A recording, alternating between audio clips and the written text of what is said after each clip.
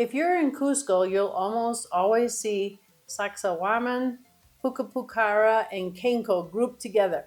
Most tours take you to all three places, but what's often missing is an explanation of why these places are grouped together and why they were never meant to be understood separately. This isn't just a convenient half-day loop.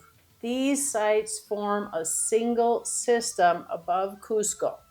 And once you look at it from that lens, this becomes one of the most meaningful short trips you can take. Okay, let's approach this as a system, not individual stops one after another. These sites were not constructed as one-offs or individual sites. They're part of a larger whole. Together, they form what you can think of as a ceremonial and protective zone overlooking Cusco. Each site has a different role. Puka Pukara controlled movement. Qenqo prepared people spiritually. Sacsayhuamán projected power and protection. And that order matters. One reason these places might be misunderstood or might feel a little bit short-sighted or choppy is because we experience them backwards. Today we drive, we stop, we get out, we look around, we leave. But in Inca times, people didn't visit these places, they moved through them, they spent time there, they experienced them. As people approach Cusco from the highlands, this area functioned as a transition zone. You didn't go straight into the city, you passed through its layers and came to the city after you experienced these layers. The first layer was control, what is now called Puka Pukara. This site has a strategic vantage point. It wasn't meant to impress, it was meant to observe. Who was arriving? Where were they coming from?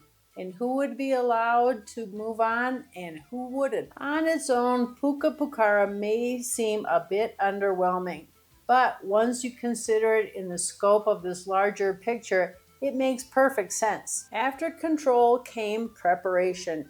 Qenqo. Qenqo wasn't designed to be impressive from a distance. It was designed to be experienced up close. This was a place of ritual, a pause point where movement slowed and people prepared to enter the sacred place. Qenqo really only makes sense when you understand who was passing through here and where they were headed next. Sacsayhuamán, my absolute favorite, anchors the entire system. It wasn't just defensive, it was symbolic. From here, the message was clear. Cusco is protected.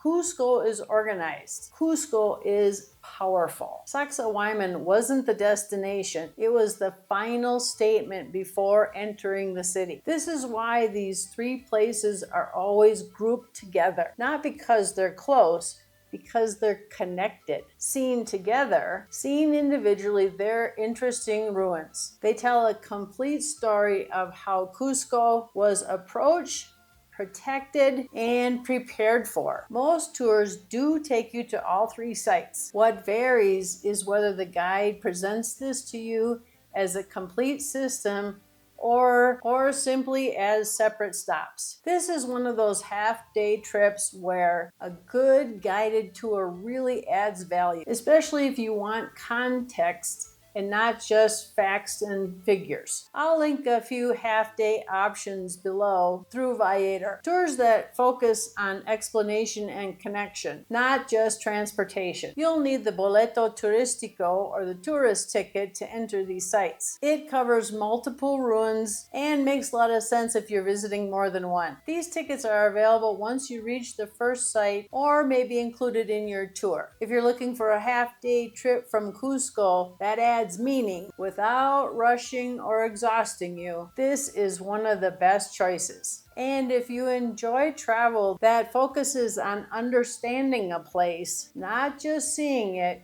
you're in the right place. I'm so glad you could be here today. I hope you take a half-day tour and see these wonderful sites, see them together as a whole. I just love this trip and I'm sure you will too. And I can't wait to see you on the next one.